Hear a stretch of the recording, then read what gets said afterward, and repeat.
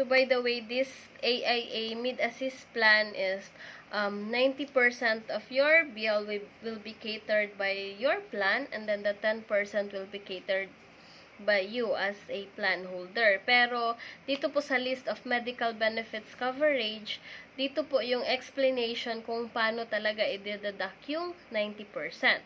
So, kung makikita nyo po dyan, yung maximum limit is 500,000 per year.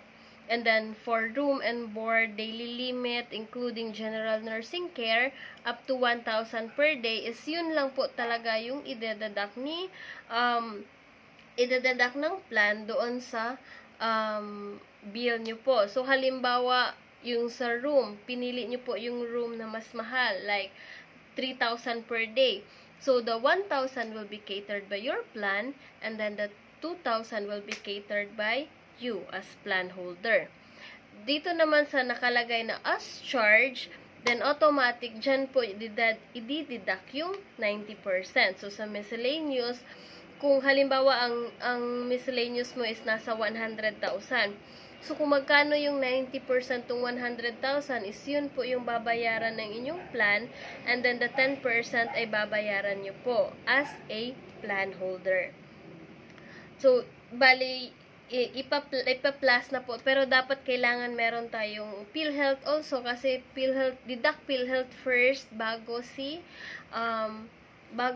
plan yung magde-deduct.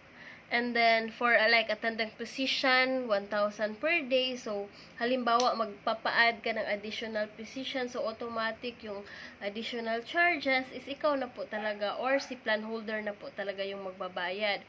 For ICU, CCU, 2,000 per day. And then, for operating theater and recovery room, 50% of the surgeon fee. And then, sa baba, meron siyang naka-indicate na lifetime limit, 2.5 million. So, ang ibig sabihin po niyan, kunyari, si client talaga, or si plan holder talaga is, hindi naman sinasadya, pero palaging naho-hospital, di po ba? So, naubos niya po talaga yung 2.5 million. Halimbawa, within 10 years, naubos po ni plan holder yung 2.5 million, then automatic, mati-terminate na po yung account niya kasi nagamit niya naman po yung lifetime limit niya. Pero to think ka na malaki na yung nagamit mo, pero konti pa yung nababayaran, kaya medyo laking tulong din po sa atin yung life insurance, at the same time, yung health insurance also. And then, another pa, dapat ang lagi po nating tatandaan is, yung kailangan po talaga, just in case meron tayong pre-existing, kailangan po talaga nating sabihin, para naman po ma-check nung ating underwriting if it is, kung capable po talaga tayong mag-avail nung plan.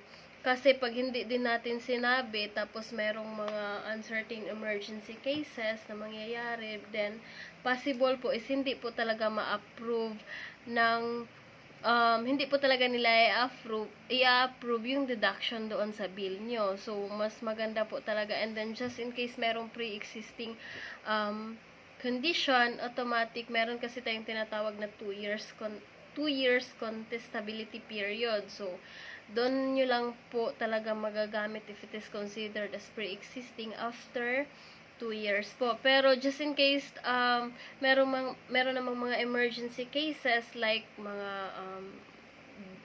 dengue, so possible after 1 month of your plan, then magagamit nyo naman po agad yung HMO natin.